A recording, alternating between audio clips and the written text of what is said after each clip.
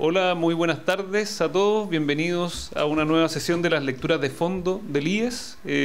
Hoy día tenemos a María Gabriela Huidobro para conversar sobre su libro Mujeres en la historia de Chile, recién aparecido, publicado por Taurus. Un libro largo que trata muchos temas, todos ellos muy bien trabajados. Puede ser un poco intimidante el libro por su amplitud, pero es un libro muy ameno, que se lee muy bien, así que muy recomendado para todos los que todavía no lo leen. María Gabriela es doctora en Historia por la Pontificia Universidad Católica de Chile y decana de la Facultad de Educación y Ciencias Sociales de la Universidad Andrés Bello. Es autora también de muchos artículos y muchos libros, pero no queremos tampoco intimidar a nadie. Así que bueno, la actividad de hoy, como siempre, nuestras lecturas de fondo tiene un formato muy sencillo. La idea es conversar alrededor del libro que publicó María Gabriela y con Catalina, que es investigadora del IES y doctora en sociología. Vamos a estar conversando, haciendo algunas preguntas, pero la idea es que esto sea una conversación muy amena y vamos a ver también si es que tenemos ahí algunos minutitos después para alguna pregunta del público. Así que muchas gracias, María Gabriela, por acompañarnos. Muchas gracias a ustedes por la invitación y mil disculpas por el atraso de un par de minutitos. Sí, bueno, hay un punto de partida en tu libro que es una distinción entre historia e historiografía, historia y historiografía de las mujeres. Y afirmas que, si bien las mujeres han participado activamente en la historia, el relato que se hace de ellas no siempre las pone en un lugar demasiado protagónico. Y quería, como punto de partida, si podías explicarnos un poco esa distinción que haces y por qué esa distinción es relevante para lo que nos querés contar aquí. Sí, perfecto. Mira, la verdad,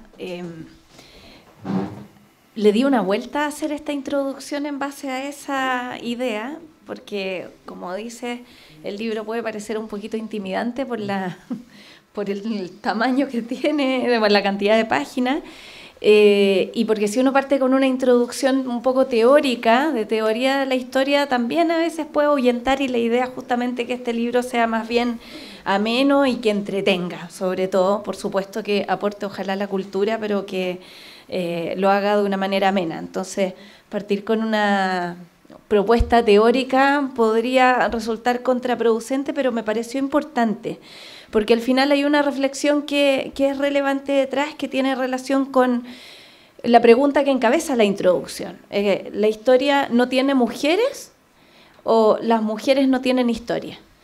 Y básicamente ahí detrás se juega con el concepto de historia en sus dos acepciones.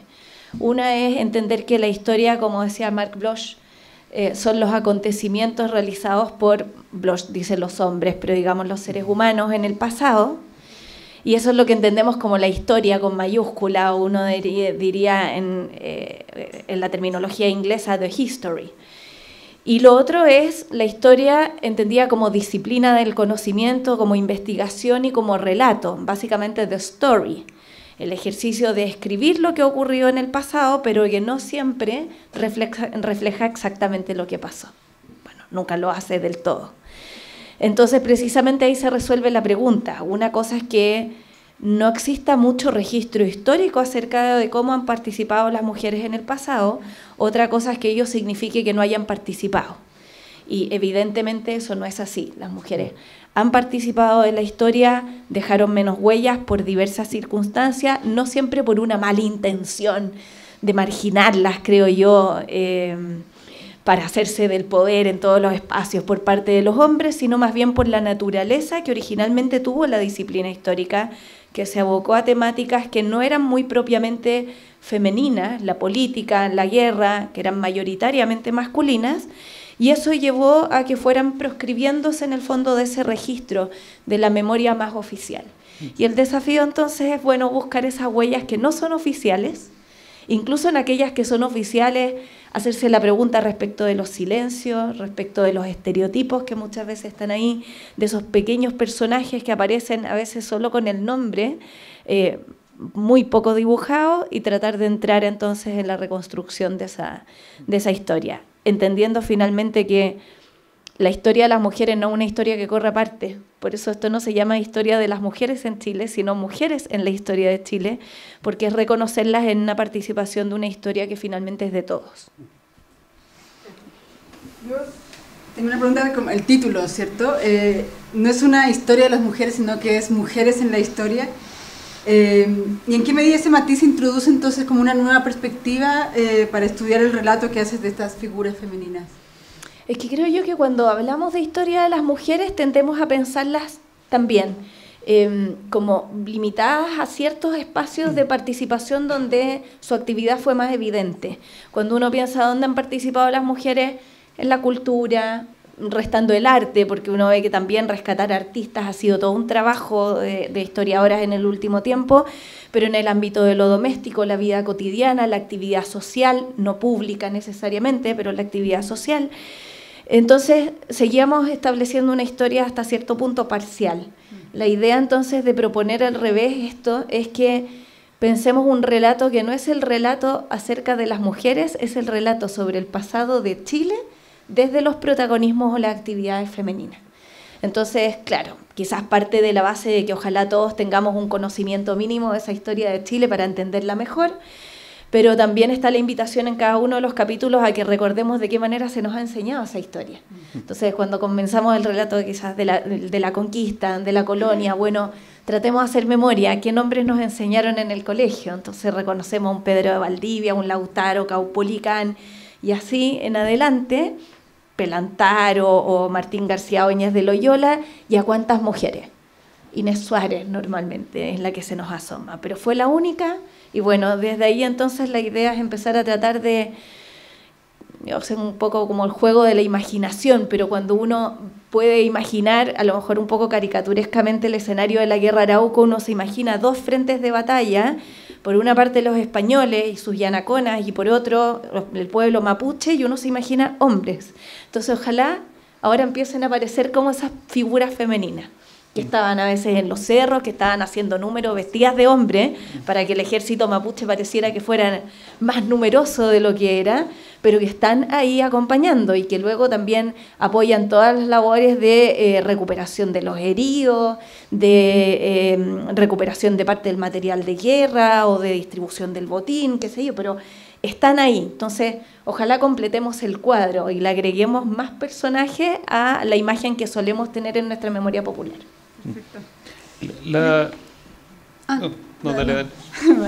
Que, nada, especialmente como en los primeros capítulos, justamente por los énfasis que ha dado como la historia oficial, por decirlo de alguna manera, se ve que las mujeres que quedan en esta historia y que tú recoges son aquellas que rompen como los parámetros de género y cumplen roles que han sido considerados como eminentemente masculinos por participar en hazañas militares, participación política, etc.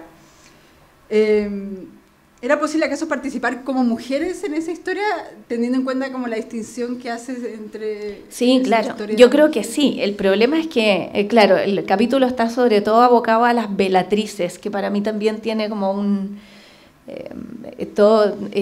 simbología como concepto, porque las velatrices son finalmente las mujeres de guerra, del velum, pero también son las bellas, es un poco, o sea, como la mezcla entre la feminidad y la guerra, en la que participan finalmente por desprenderse de su feminidad, por asumir este carácter extraordinario, mujeres peleando, mujeres participando de la política. Y claro, es más fácil llegar a ellas porque las fuentes disponen de información, como se abocan las crónicas, las cartas, los poemas épicos, a básicamente cantar la guerra o documentarla. Entonces, evidentemente, las únicas mujeres de las que nos quedan registro y huella son aquellas que, por propia motivación o porque no les quedó otra, participaron en algún minuto de la guerra. Unas son las que decididamente tenían la personalidad para hacerlo, como ocurre, por ejemplo, con Janequeo, para el caso del pueblo mapuche. Otras son aquellas que lo hicieron como una necesidad de supervivencia, las hermanas Toledo en la defensa de Chillán, Inés Olmos de Aguilera, Inés de Córdoba y Aguilera, que es su hija, que defendieron la Imperial en 1600, y al parecer si no fuera por ellas, cuando llegó Francisco de Quiñones no quedaba nadie ya en el fuerte. Pero si uno, por último, entra a través de ellas, o en ellas, a través de la acción militar, tiene que entender que ese fue el episodio extraordinario de sus vidas y que en realidad estuvieron muchos otros días viviendo un mundo más cotidiano que finalmente permitió construir sociedad. Lo interesante, por ejemplo, de Inés Suárez es que la reconocemos básicamente por un par de anécdotas. La travesía por el desierto, cuando ella encontró un Hawái en el desierto y logró que se salvaran de morir de sed el ejército. Eso lo cuenta, eso sí, solo Pedro Mariño Lovera. Luego, evidentemente, la defensa de Santiago el 11 de septiembre ante las fuerzas de Michimalonco, donde ella destaca. Y finalmente, por el hecho de haber sido pareja, al parecer, porque tampoco queda muy comprobado, de Pedro de Valdivia. Pero ella tuvo una vida que fue mucho más extensa y deja algunas huellas y rastros que nos permiten entender que su influencia fue mucho más allá de esas 3 anécdotas. Bueno, hay otras anécdotas, dicen que ella fue la primera que trajo aves de corral. Si tenemos entonces ahora aves de corral, fue la muerte de Inés Suárez, pero más allá de eso, que ella se encargaba, por ejemplo, de sostener la espiritualidad junto con el capellán de las tropas. Ella sostenía la espiritualidad de los primeros españoles que vienen con Valdivia. Luego ella es la que se ocupa, por ejemplo, de construir una ermita en Santiago, de que se celebren ciertas festividades asociadas a algunos santos importantes para la cultura española, de reunir a veces los domingos a los pocos vecinos de Santiago y realizar almuerzo entre todos, que dicen que es la única vez que ella comía con los hombres, un poco para defender su honra y defenderla frente a los rumores que existían sobre su relación extramarital con Valdivia. Pero ahí, en eso, incluso en esas acusaciones, cuando dicen se sentaba con los hombres a comer, habla de un tema de un rol de sociabilidad que tuvo ella. Y yo creo que así fue también con estas hermanas Toledo que defendieron Chillán, con las Ineses, defensoras de la Imperial. O sea, claro, trascienden por la gesta, por el momento en que dejaron la normalidad y asumieron las armas vistiendo incluso como hombres, pero fueron mujeres el resto de los días de su vida y a través de ese rol femenino finalmente consolidaron una dinámica social en Chile. Es muy interesante ese modo en que tú vas completando el cuadro, porque no sé, después cuando ya comienza la historia del Chile republicano y cuentas la historia de Javiera Carrera, con unos pequeños mitos, tú partes de esos pocos mitos que identifican en el imaginario popular, pero vas completando toda la historia, haciendo una evolución muy importante desde el caso de Inés Suárez, no Inés de Suárez, sino Inés Suárez, que está muy bien explicado en el libro, hasta Gabriela Mistral. Son prácticamente 5 siglos de historia de Chile. Y a mí me llamó mucho la atención que en esa evolución parece haber un cambio importante en el rol o en las expectativas que habían hacia la participación de las mujeres en la independencia. O sea, no es solo un cambio de régimen político, no es solo un cambio en la relación que Chile tenía con España, sino que también el rol de la mujer parece cambiar. ¿Cuáles fueron las cosas que te llamaron la atención o cuáles son los nuevos significados que se esperan de las mujeres en el Chile republicano? Sí, bueno, es que en realidad parece, claro, uno cuando hace estas periodificaciones parece que las cosas cambiaran así de la noche a la mañana y un día somos colonia, el otro día somos república y todos lo sabemos. Pero efectivamente, con la construcción de la república, con la instalación de un gobierno patriota, ocurren ciertos hitos que son muy explícitos que yo creo que viabilizan que las mujeres a lo largo del siglo XIX vayan cambiando su condición en la sociedad. Pero evidentemente eso se antecede de un montón de procesos y contextos que también permiten que esto se vaya fraguando. Yo creo que para que las mujeres sean reconocidas como partícipes importantes del proceso de la independencia, de la construcción de la República, fue fundamental que esto se antecediera a un contexto ilustrado. A fines del siglo XVIII uno ve cómo, por lo menos la sociedad santiaguina se va plegando en el fondo al movimiento ilustrado y de las influencias que vienen de Europa, y eso permite que muchas mujeres de la élite comiencen a participar de la actividad social doméstica, pero que comiencen a ilustrarse, a educarse más allá de lo que se supone se esperaba la sociedad de ellas. De partida no había un sistema educativo en la colonia para las mujeres, más bien ellas ingresaban a alguna orden religiosa para educarse o lo hacían a través de profesores particulares y aprendían a leer, escribir, contar, bordar, rezar. Y algunas agregaban piano y danza. Pero hay otras a fines del siglo XVIII que comienzan a ilustrarse en otro sentido, en un sentido que uno podría decir entre comillas masculino para la época, que se educan, que aprenden latín, que acceden a los autores clásicos, algunos ilustrados, y eso explica que la primera mujer que haya entrado a la universidad en Chile haya sido María Dolores Egaña, el año 1810, la hija de Juan Egaña. Si entró a la universidad es porque sabía latín, como para poder asistir a las clases que se dictaban en latín en la Real Universidad de San Felipe. Entonces, habla de un ambiente cultural que al menos a nivel de la élite, porque esto no lo podríamos explayar y proyectar hacia la sociedad más rural o regional, está hablando de un cambio y posibilita que un José Miguel Carrera, el 20 de agosto de 1812, decrete la necesidad de crear por primera vez escuelas a cargo del Estado para mujeres. ¿Por qué para mí es tan importante el hito y es tan evidente que en eso sí podemos hablar de un cambio, de un antes y un después, porque esta es primera vez que oficialmente se reconoce la necesidad de incorporar a las mujeres casi en este relato histórico?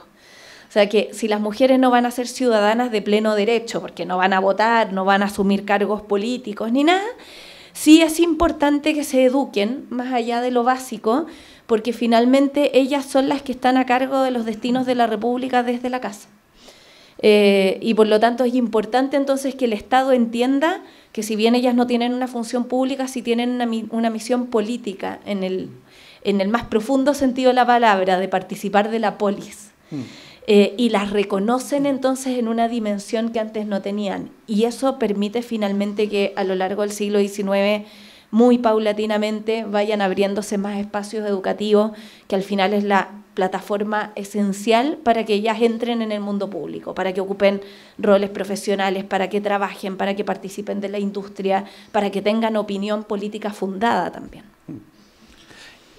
Esa es la siguiente pregunta que teníamos nosotros, que tiene que ver con esos espacios educativos, que tú los vas mostrando como tímidamente, algunas instancias en la colonia, pero ya en el Chile republicano esas instancias se van formalizando y vas poniendo los nombres de sus protagonistas, de Isabel Lebrun y las hermanas Cabezón, muchas personas que vienen de otros países con otras experiencias, con otras tradiciones culturales y que van formalizando estas escuelas con un esfuerzo muy grande, al parecer, por poder sostener y defender un espacio que estaba fuera de lo doméstico. ¿Cómo se logra en concreto ir abriendo ese espacio de educación femenina? Al principio por la iniciativa privada.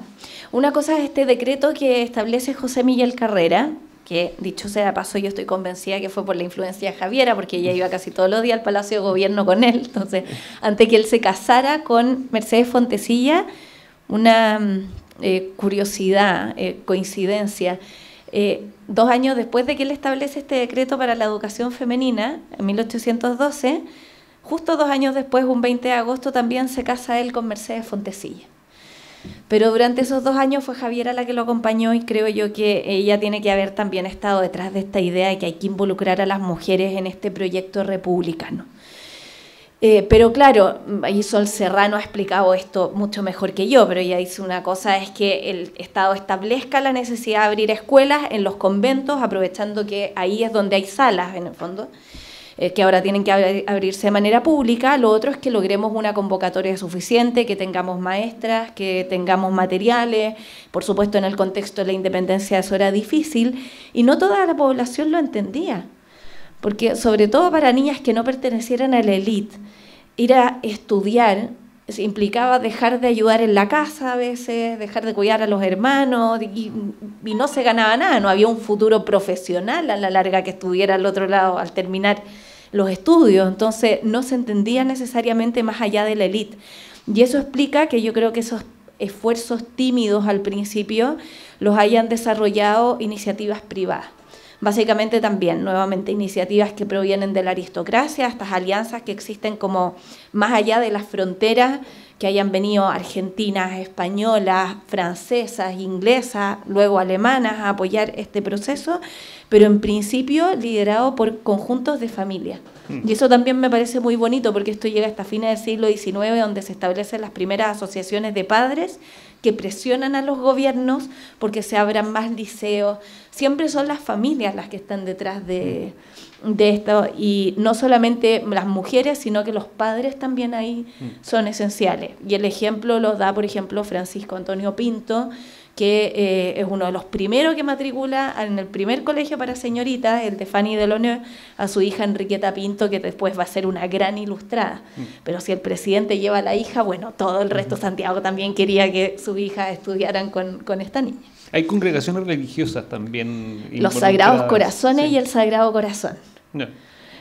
Claro, monjas francesas y monjas inglesas básicamente, que llegan a mediados del siglo XIX. Esto también lo ha trabajado muy bien Alexandrine Delatey y Sol Serrano.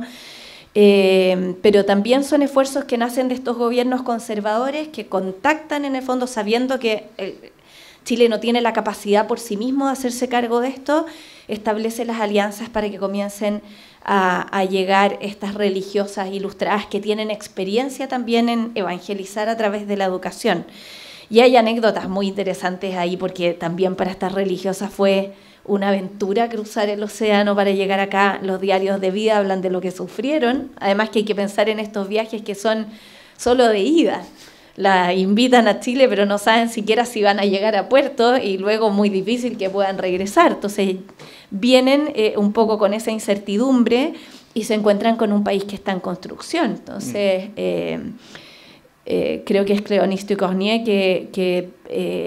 Andy Roussier es la que en algún minuto está desesperada porque le han ofrecido construir una casa para la escuela. Y ella pensaba que contratando a los maestros y pagándoles por día esto iba a ser más rápido, pero pagándoles por día fue contraproducente. Entonces ella se desesperaba porque además iba a ver cómo iban las obras en el centro de Santiago todos los días, y encontraba que los carpinteros y los maestros estaban, qué sé yo, tomando desayuno, luego tomaban el descanso a mediodía, luego había una siesta, y ella veía que esto no terminaba y no iba con su mentalidad europea. Así que hay entre anécdotas e historias súper interesantes de sacrificio finalmente de estas religiosas que llegan a un lugar con el que no tienen ningún compromiso en principio, pero que finalmente lo dan todo y realmente generan un tremendo cambio en el sistema educativo en Chile. Sobre eso también es interesante ver cómo va evolucionando la mirada hacia la educación por parte de la sociedad. O sea, al principio, como dices tú, las mujeres tenían que educarse sobre todo porque eran las que iban a educar a los futuros ciudadanos, pero después empieza a tener otro rol, que es más bien como de... Ahí tú muestras qué rol juega esa palabra como emancipación, ¿cierto? Pero como que tiene ese sentido, ya no como ser un canal a través de formación de otros, sino de ellas mismas para ocupar como espacios que antes estaban vedados. Entonces, claro, va cambiando su historia también. Entonces. Es que el concepto de emancipación, como lo trabajan estas mujeres del siglo XIX, es súper interesante, porque uno tiende a pensar que están hablando de emanciparse, como de mandarse a cambiar, de hacer una vida por sí mismas y rebelarse ante lo que espera la sociedad de ellas. Y no es eso.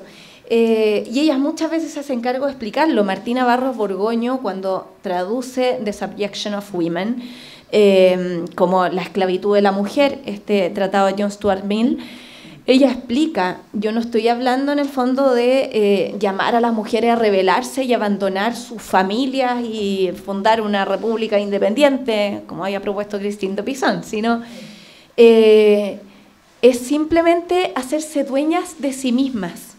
Yo creo que el tema va por ahí. La emancipación tiene que ver con ser libres. Uno es libre en la medida en que es capaz de tomar decisiones o tener opiniones propias porque tiene educación. Y entonces esa libertad se puede desplegar perfectamente y es compatible con el rol de madre, con el rol de esposa, básicamente porque van a poder hacerse más dueñas de sí mismas. Es eso. Y claro, es una evolución que uno va viendo como desde la década de 1830, o sea, los primeros colegios se fundan con esta pretensión de esta maternidad republicana, pero muy tempranamente surgen voces como la de Mercedes Marín, que para mí es uno de mis personajes favoritos, hija además de Gaspar Marín y Luisa Recabarren, unos patriotas que se la jugaron por la independencia. A Luisa la amenazaron de muerte cuando estaba armando redes de espionaje y sostuvo esto. Gaspar Marín, un gran profesor del Instituto Nacional, el hermano de Mercedes, Ventura Marín, también fue un latinista del Instituto Nacional, y ella no se quedó atrás porque, además de ser reconocida como la primera escritora de la República, propuso un primer plan de estudios para niñas en un sentido académico, es decir, hay que incorporar geometría, geografía, hay que hacerlas leer los mismos libros de estudio que leen los hombres y proponen qué niveles. Y alguna vez les dijo en un discurso a unas niñas en el colegio, cerró con broche de oro diciéndole: a todo puede elevaros vuestra inteligencia. O sea, ustedes no tienen límite, son tan inteligentes como los hombres, son capaces de hacer lo que quieran. Y eso parte siendo un principio motivador que al principio no estaba, quizás porque la educación se pensaba al servicio de la República y pasa a estar al servicio de ellas mismas. Y por supuesto ya se consolida con el periodo en que ya estamos hablando Martina Barros Borgoño, o Lucrecia Undurraga, Rosario Orrego y por supuesto Isabel Lebrén y Antonia Tarragó, que son las dos primeras que fundan colegios secundarios y pelean año a año porque sus alumnas puedan ser incorporadas en la universidad. No, y ese tránsito también se va viendo con nombres muy particulares y después van apareciendo cada vez más algunos nombres. Entonces, ese cambio paulatino se logra llegar a buen puerto con el paso del tiempo. Hay una escuela que es súper interesante, ahí aparece asomada en un par de párrafos, que se llama la Escuela Rafael Valdés en Copiapó. Sí, de los que masones. La fundan los masones. Y que creían en la ilustración de las mujeres. Bueno, el arzobispo peleó porque esta escuela no se creara, pero al final no pudo contra la corriente, porque las más entusiastas fueron las madres de familia que iban con las niñas a clase. Los fines de semana hacían encuentros, celebraban el aniversario de Voltaire y hacían una semana sobre Voltaire, era fantástico. Y bueno, y de esa escuela es que egresa María Griselda Hinojosa, que va a ser la primera farmacéutica, y algunas otras poetas. O sea, realmente formó a mujeres muy notables. Detrás de la iniciativa estaba también Valentín Letelier. Pero claro, ahí uno va haciendo el seguimiento y se va dando cuenta que ya no es solo Santiago, sino que esto se va extendiendo por el territorio, y finalmente va haciendo fuerza para ir cambiando la mentalidad de la sociedad chilena, que era el propósito de fondo. Hay un espacio que es muy interesante, como lo vas describiendo tú, que es este espacio intermedio de tránsito, me parece que lo describes entre la vida privada y la socialización orientada a la vida pública, que tiene que ver con los salones. Uno quizás, si se queda con la lectura más difundida de la novela decimonónica, pensaría que en los salones se hace pura vida social, que se comparan vestidos, que se habla de amoríos, pero acá tú describes muy bien que los salones cumplen otro rol. ¿Qué importancia juegan los salones como un espacio intermedio hacia la vida pública y a la vida política? Yo creo que son casi como salas de ensayo, así me los imaginaba, porque claro, parten siendo relevantes ya como tertulias en el periodo independentista. Ahí es donde, en el fondo, todas estas mujeres como Javiera Carrera, Luisa Recabarren, Rosario Rosales, interactúan con los grandes patriotas de la época, aprenden de ellos, pero también comparten opinión, forman opinión y se van educando. Y esto se proyecta a lo largo del siglo XIX. Los salones literarios básicamente eran espacios de sociabilidad mixta, esa era la gracia, pero muchas veces estuvieron finalmente a cargo de mujeres que ejercían como anfitrionas. Carmen Arriagá, yo creo que es el mejor ejemplo.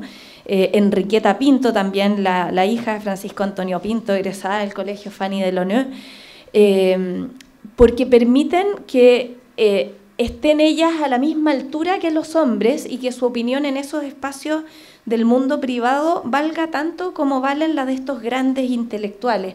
Estas mujeres a la larga incluso se codearon, por ejemplo, con la generación del 42, con la famosa generación en el fondo que viene sobre todo de Argentina, con Lastarria, con Alberdi. Y para estar a esa altura yo creo que sentían lo mismo que luego sintieron las mujeres cuando entraron a la universidad, que tengo que demostrar que yo merezco estar acá.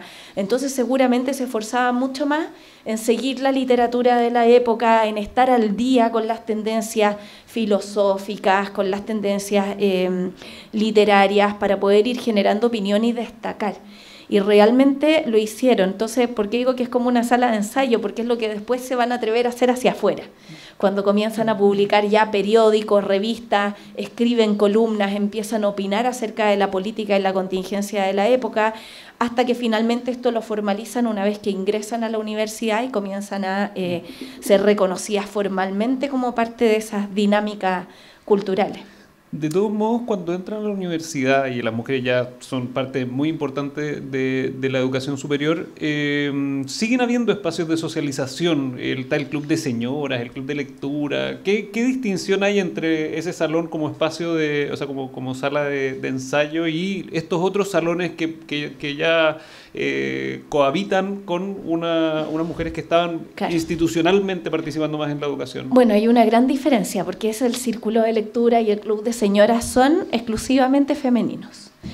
Y un poco ahí, recordando lo que recién decías, que uno dice en los salones literarios, uno imagina que están comentando como cuál es la última moda y que viene para el próximo verano. Que también, claro, supongo. Seguramente, no puede haber sido todo tan serio. Pero cuando Amanda Labarca en un principio propone fundar un club de lectura en 1915, lo inaugura en un invierno en 1917 en un hotel céntrico aquí de Santiago, una tarde de lluvia, dicen. Y eso da paso luego a la formación del club de señoras poco después. Muchos hombres se escandalizaron. Y ellas lo acusan. Delia Mate tiene grandes declaraciones de el escándalo que generó los hombres, porque ellos se imaginaron eso. Hay una tarde a la semana donde mi señora se va a juntar con el resto de las amigas, van a sacar el tejido y no va a quedar ningún secreto doméstico que no se sepa, como en todo Santiago. Ese era el temor de ellos. Ellos creían que las mujeres se iban a juntar a hablar de lo que no les correspondía, pero sobre todo de intimidades. Yo no sé qué se habrán imaginado. Y Delia Mate e Inés Echeverría, que fueron algunas de estas líderes indignadas, respondieron que las mujeres no estaban para eso. Ellas se iban a juntar con propósitos mucho más nobles, que era el de encontrar mujeres con sus intereses intelectuales finalmente.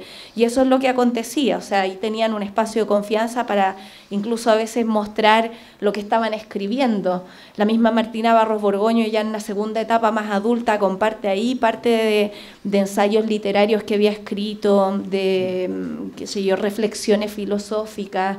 Delia Rojas hace su estreno ahí de su novela Elena, que fue muy polémica, porque es una novela que criticaba el armamentismo de la época y tenía una mirada pacifista que fue tomada como antipatriota, pero encuentran espacios en el fondo, un refugio femenino como para poder volcar sus ideas acerca de todo con cierta protección, con cierta garantía de protección. Y al final lo que querían era hacer algo parecido a lo que existía en el Club de la Unión. Entonces decía, ¿por qué si los hombres se juntan en el Club de la Unión nosotros no vamos a poder tener nuestro Club de Lulú, en el fondo? Pero en un sentido intelectual.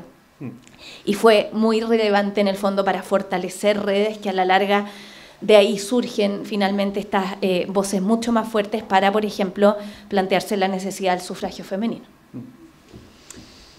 Gabriela, aunque quizá las mujeres de las clases dirigentes parecen ser como más visibles en esta historia oficial, tu libro muestra que hay mujeres de todas las clases sociales que participaron en la historia de Chile. ¿Hay alguna especificidad entre estas mujeres de élite y las del pueblo a la hora de escribir las contribuciones que hacen?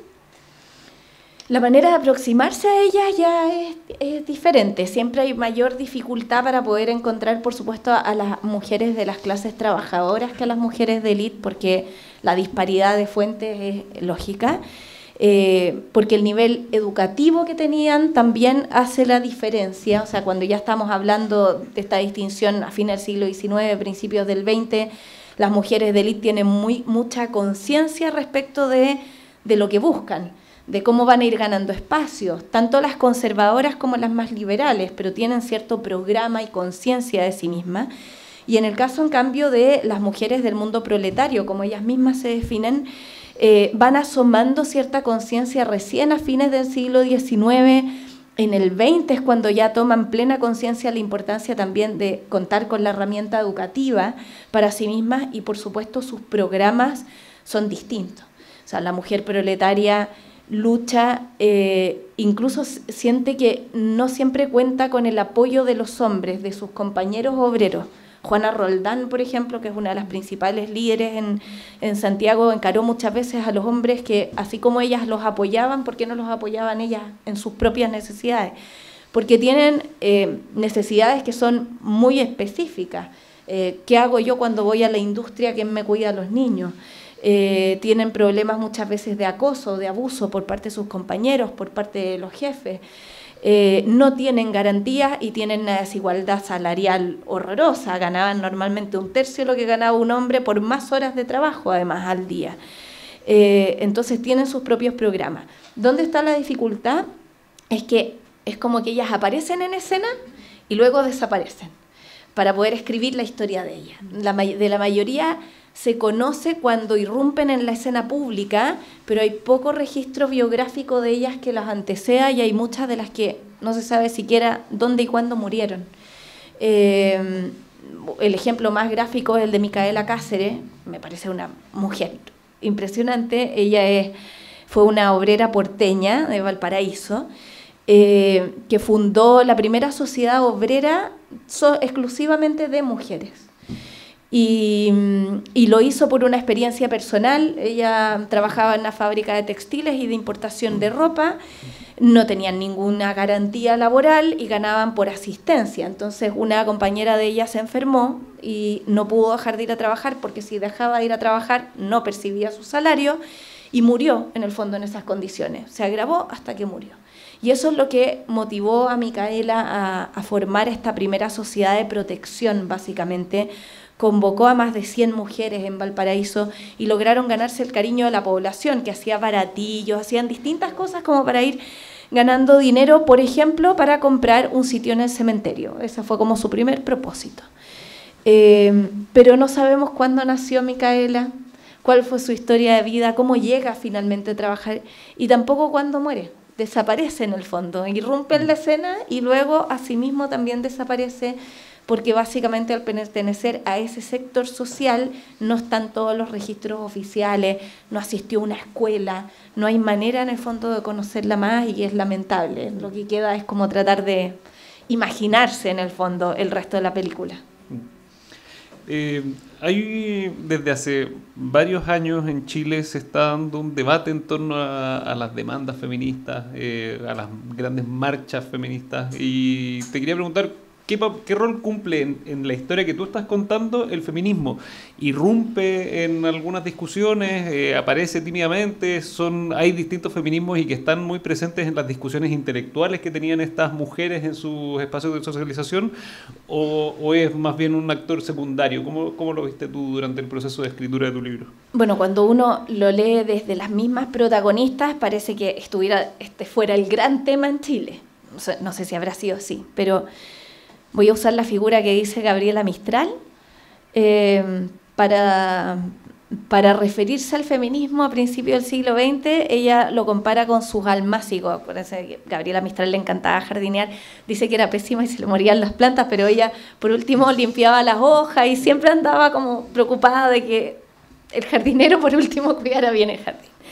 Y ella compara el feminismo de las primeras décadas del 20 con sus almácigos. Dice que se los imagina como un montón de cabecitas juntas que de repente empiezan a florecer desordenadamente, y que muchas veces una en el fondo se superpone al otro y se arma este desorden.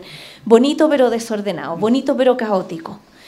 Y efectivamente cuando uno encuentra las huellas de este feminismo, primero es evidente que el concepto se empieza a usar en esta época, a principios del siglo XX, con conciencia en el fondo de que hay una propuesta colectiva por tratar de incorporar a la mujer en todos los espacios. Pero las estrategias y la manera también de entender cuáles son esos roles de las mujeres son muy dispares.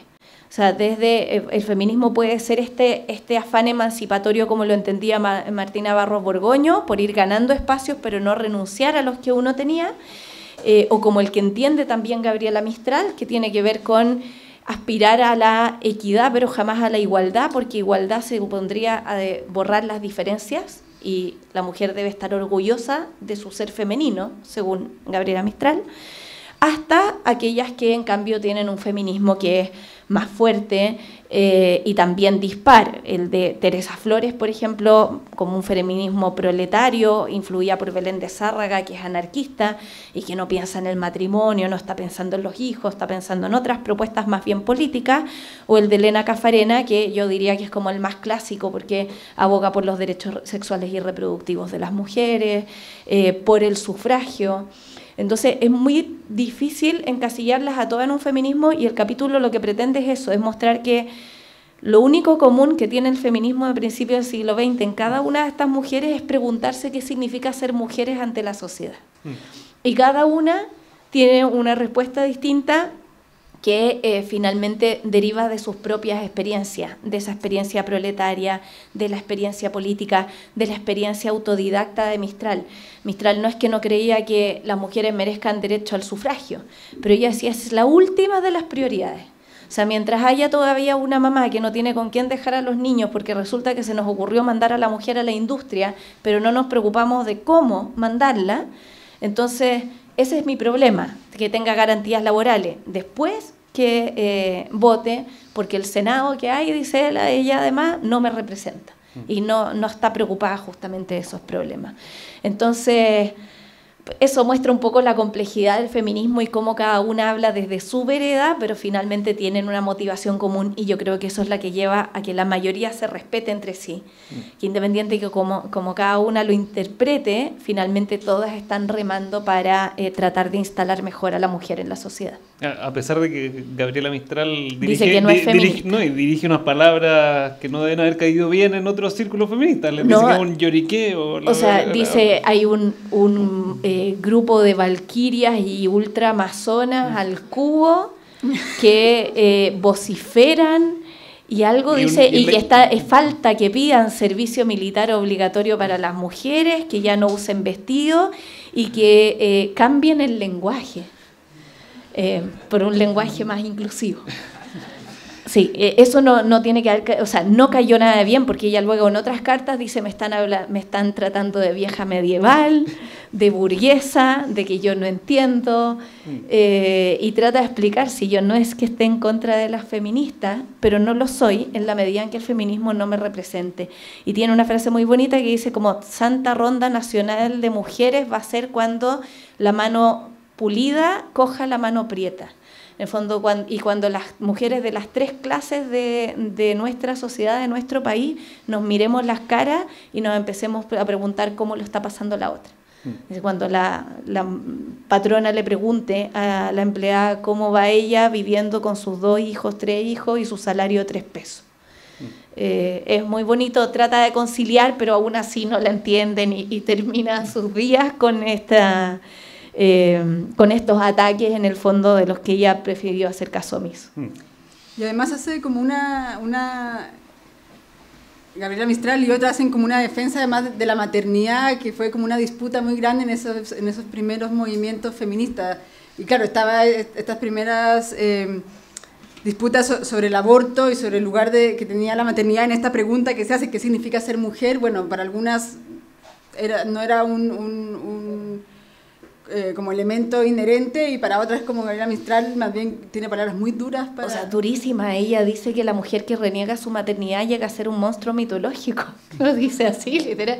Y esa amiga, o se lleva bien, no digamos que son amigas, pero se llevaba muy bien y le tenía mucho respeto a Elena Cafarena, que por su parte estaba publicando artículos a favor del aborto legal, de la legalización del aborto.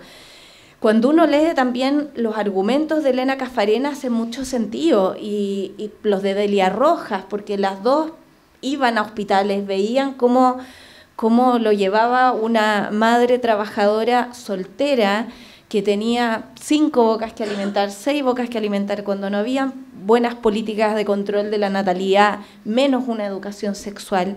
Entonces, claro, no es que Elena Caffarena y compañía también hayan propuesto el aborto como un programa que en sí mismo les interesaba. Ellas veían que había que buscar maneras de proteger a esas madres, en el fondo, y a sus hijos. El libro cita una columna que a mí me emocionó, me conmovió, porque nos invita a ponernos en el lugar de una mujer trabajadora que tiene 4 niños chicos y que va al cementerio con una casi cajita de zapatos a dejar al último niño que había tenido, un recién nacido, que muere desnutrido. Y ella con sus pechos secos, que no le ha podido dar nada. Y el dolor que se siente cuando no tienes un Estado que te protege. Entonces ella se pregunta por si ese niño alguna vez tuvo el derecho de vivir, porque el Estado no se lo dio.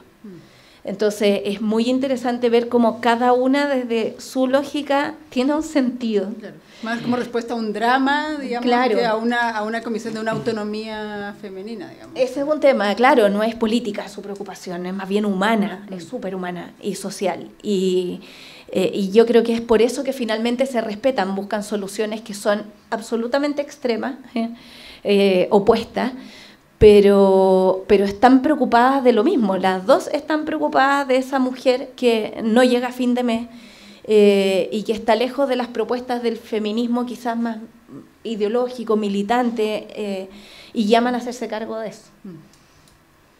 ¿Hay alguna mujer, en este panorama pasan muchas mujeres, muchas historias, muchos grupos también de mujeres donde se van tejiendo redes?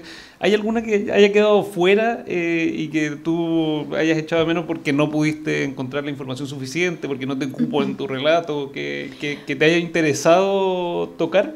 Sí, traté de incluirlas a todas. Por último, la mención, porque algunas de verdad encontré solo el nombre, pero creo que valía la pena que alguien recuerde su nombre. Una manera de hacerles un homenaje. Pero sí hubo algunas mujeres que siento que uno podría desarrollarlas mucho más, habría que abrirles el capítulo en el fondo, porque claro, hay que ir viendo desde qué tronco ir tejiendo esto para que todo se relacione. El propósito de fondo del libro era no sumar biografías, porque yo creo que finalmente estas historias de las mujeres se entienden entretejidas. Tanto contemporáneamente siempre están pensando y hablando entre sí, aunque no se conozcan. Y a lo largo del tiempo también, unas no se entienden sin aquellas que las anteceden. Pero claro, había algunas que habría que haber visto cómo incluir de mejor manera, darles sus espacios, porque tenían otros ámbitos de interés y desarrollo. Por ejemplo, las mujeres músicas. Isidora Segers, que aparece ahí mencionada, pero creo que podría haber tenido todavía un espacio mayor. Otras mujeres artistas, aparece aquí Rebeca Mate, pero también un poco a propósito de Inés Echeverría, porque son primas, ambas descendientes de Andrés Bello también, y muy orgullosas de su antepasado, claro. Y algunas otras que fíjate que terminé descubriendo cuando ya cerré el libro, dije no, pero también ya eran 576 páginas, entonces dije para otra oportunidad. Un caso que ahora estoy siguiendo es el de la archirrival de Carmen Arriagada. Siempre conocemos a Carmen Arriagada porque ella fue el amor o ella tuvo como amor platónico a Mauricio Rugendas. Y tiene un epistolario fantástico. Al parecer se vieron 2 veces en su vida, pero mantuvieron una amistad epistolar que ella más bien entendió como amor desde Talca, con un matrimonio que no funcionaba para ella. Y claro, uno a través de eso entra en Carmen Arriagada, y es una mujer realmente digna de admiración por todo lo que hizo como actividad, como gestora cultural en Talca, y por su nivel intelectual. Y en sus cartas ella habla de que muere de pena casi cuando se entera de que Mauricio Rugendas se ha enamorado de otra, Clara Álvarez, una joven, y que está dispuesto a casarse con ella. Y al final, un poco que le perdona esto y mantienen de todas maneras su relación epistolar.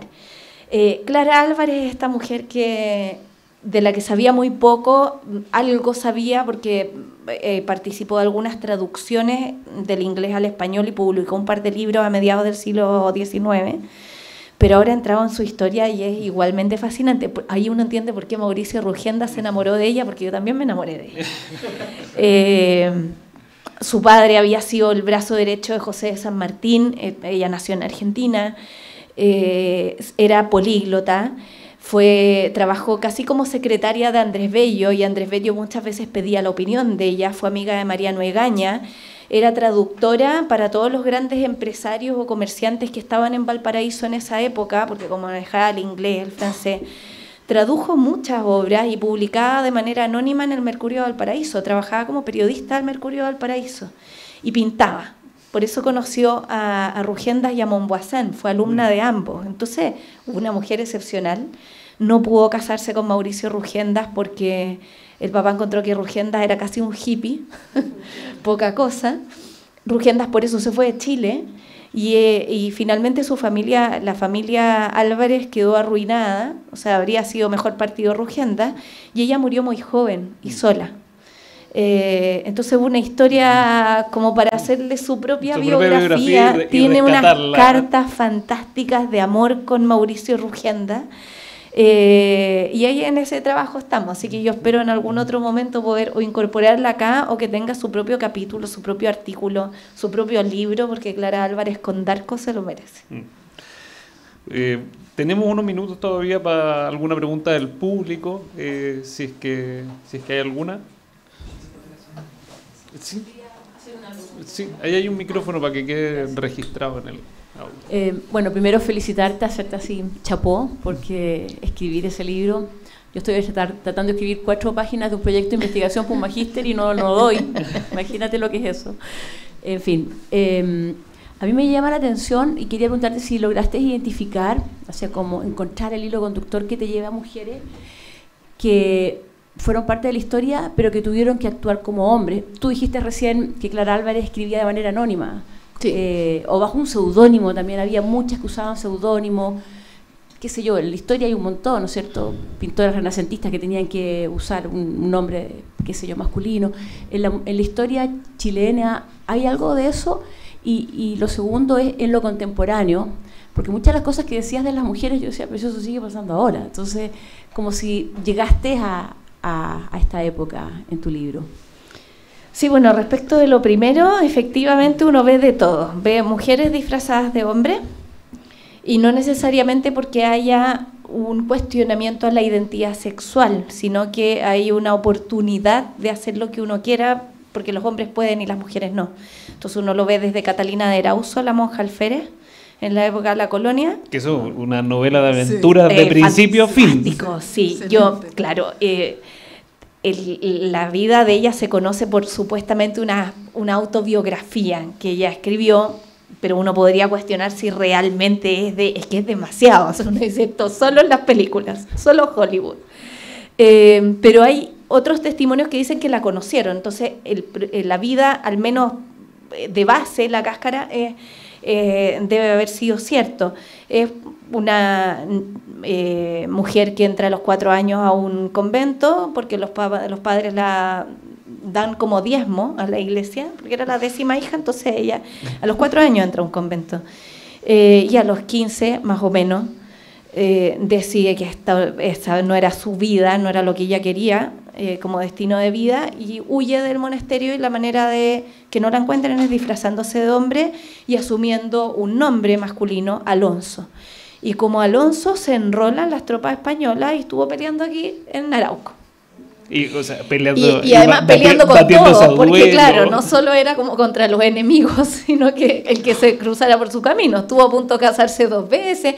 Es un personaje realmente extraordinario, que ahora se ha reflotado desde la perspectiva, en el fondo, de la transexualidad o de las identidades de género, pero la verdad es que al final de sus días, y cuando ya la descubren, ella, no se preocupen, esto es un spoiler, pero es que leer toda la historia es más entretenido, pero ella vuelve a su identidad femenina, incluso en su autobiografía de hablar como hombre y adjetivarse de manera masculina, vuelve a hablar de sí misma como Catalina y como mujer.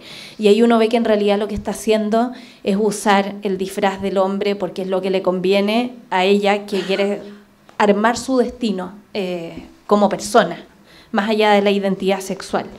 Y luego podemos encontrar hasta el siglo XIX el caso de una mujer ya muy pobre que también decide vestirse de hombre y que para poder conseguir trabajo. Y fue condenada a la justicia, pasó un tiempo en la cárcel por este delito de hacerse pasar con otra identidad de hombre. Y cuando ella en tribunales le preguntan por qué lo hace, dice, bueno, porque así consigo trabajo y así nadie abusa de mí en el trabajo. Entonces, desde eso hasta, por supuesto, autoras que escriben con seudónimo, algunas que escriben de manera anónima. La primera estrategia, creo yo, que ellas tuvieron para publicar, para participar de la industria editorial, fue a través de las traducciones. O sea, los primeros libros que uno encuentra que están como autoriados por una mujer, en realidad son traducciones, como una estrategia para entrar en un mundo editorial que es masculino. Luego van a empezar a escribir sus propias obras. Y Mercedes Marín lo hacía de manera anónima, firmaba a veces como una patriota. Rosario Rego firmaba como una madre. Y de a poco van a ir asumiendo sus voces, pero es algo que uno va encontrando, yo creo que como estrategias para participar de mundos que ya saben que no les corresponden o que de alguna manera les van a cerrar la puerta.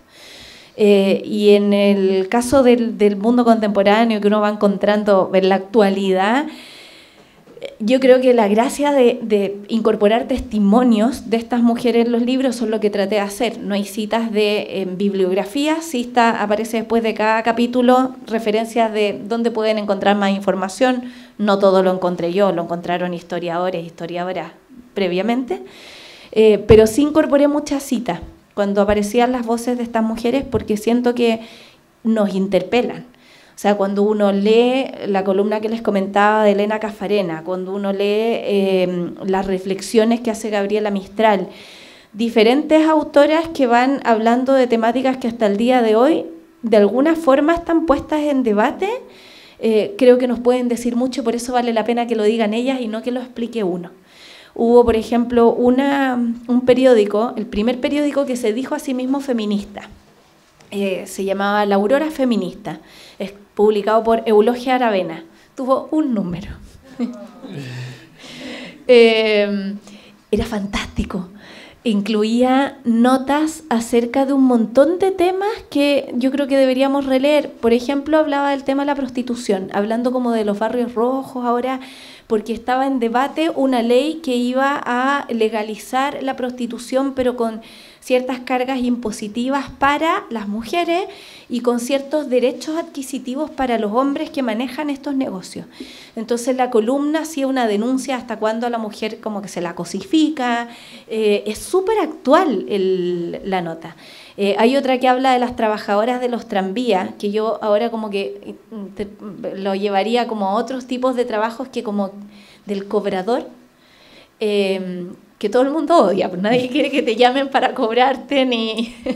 Entonces hablaban ahí que las mujeres que trabajaban en los tranvías, que trabajaban como cobradoras, estaban en unas condiciones muy vulnerables, porque todo el mundo las insultaba, no las tomaban en serio, las pobres lo que hacían era cobrar el pasaje, pero vivían a garrones y ese tipo de cosas, entonces exponen esas situaciones con la necesidad de que se regule. Todo eso en un número de ese diario. Pero también están ahí las citas, porque creo que son temáticas que todavía nos pueden hacer sentido, cambiando, guardando las proporciones, pero todavía nos hacen sentido. Y una mujer que se queja a principios del siglo XX que ya nadie escribe cartas porque ahora existe el telegrama. Y entonces la comunicación, la pobre se habría muerto ahora con las redes sociales, pero hace todo un tratado acerca de cómo la tecnología está impidiendo que la juventud se dedique a escribir y se dé el tiempo a comunicarse como corresponde. Así que hay de todo, pero es muy vigente lo que ellas pensaban. No sé si habrá alguna otra pregunta. ¿No? Así que- Bueno, muchas gracias, Gabriela, por tu asistencia, sobre todo por este libro que es muy entretenido. Repito que no hay que dejarse intimidar por su extensión, porque realmente es un relato muy ameno, y para todos los más quisquillosos que quieren saber todas las fuentes, al final de cada capítulo, como dice Gabriela, están mencionadas un montón de fuentes que si a alguien le interesa un personaje particular, ahí puede profundizar un montón.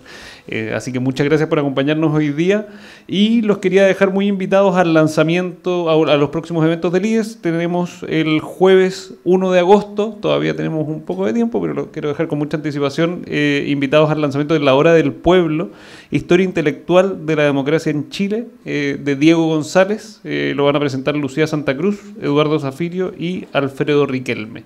Eso va a ser el 1 de agosto a las 6:30, y los dejo también invitados a que estén atentos a nuestras redes. Así que muchas gracias, Gabriela. Muchas gracias a ustedes.